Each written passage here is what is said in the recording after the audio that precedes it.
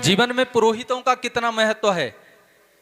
व्यक्ति आजकल बड़ी विचित्र स्थिति आ गई, अपने पुरोहितों को भूलते जा रहे हैं।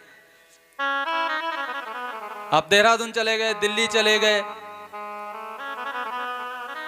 आप अलग अलग स्थानों पर जाकर के पूजा अर्चना कर रहे हैं, अनुष्ठान कर रहे हैं, लेकिन पुरोहितों से आपका कोई संबंध नहीं है। तो बिना पुरोहित के जो यज्ञ और अनुष्ठान किया जाता है वह जीवन में कभी सफलता नहीं देता है। पुरोहित के बिना किया गया जप तप अनुष्ठान सब व्यर्थ है।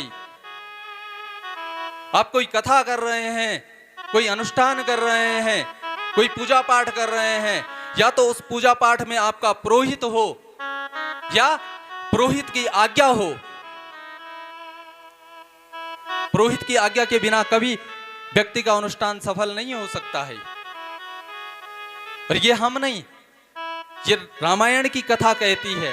आपको बता रहे हैं, दशरथ जी के घर में संतान नहीं है और उन्हें पता है कि पुत्रेष्ट यज्ञ जो होता है उसकी जानकारी वशिष्ठ जी को नहीं है, जबकि वशिष्ठ जी कुलगुरु हैं दशरथ जी के। और जानते हैं कि वशिष्ठ जी पुत्रेष्ट यज्ञ के बारे में नहीं जानते। पुत्रेष्ट यज्ञ के जो ज्ञाता हैं वो श्रृंगी मुनि हैं। तो दशरथ जी सीधे श्रृंगी मुनि के पास नहीं गए, भले वशिष्ठ जी के पास पहुंचे। गुरु वशिष्ठ से आज्ञा ली कि गुरुदेव मैं पुत्रेष्ट यज्ञ करना चाहता हूं, आप मुझे बताओ, आप मुझे सलाह दो कि कैसे पुत्रेष्ट यज्ञ संपन्न होगा। तो कुल मतलब आपकी कुल परंपरा से जो चला आ रहा है, पुर मतलब आपके पूरे परिवार का हित मने चाहने वाला, पूरे परिवार का हित चाहने वाला, वो कभी आपको गलत सलाह नहीं देगा। वशिष्ठ जी जानते हैं कि मुझे इस यज्ञ अनुष्ठान की जानकारी नहीं है, इसलिए सलाह दी कि राजा आप श्रृंगी ऋषि के पास जाओ, उनसे अनुष्ठान करवाओ।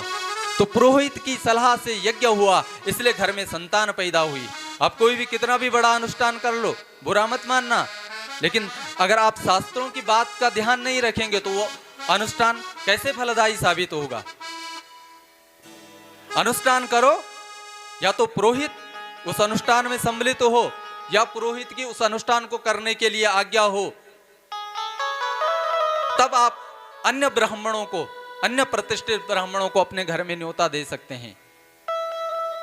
पुरोहित की आज्ञा से वो ब्राह्मण यदि आपके घर में अनुष्ठान करेंगे तो निश्चित उनकी पूजा का फल आपको प्राप्त हो जाएगा। वो पुरोहित केवल नाम मात्र का पुरोहित नहीं होता है, उसके कुल और गोत्र के किसी एक व्यक्ति ने ऐसा रहा होगा जिसने आपके लिए बाल मुंडवाए होंगे।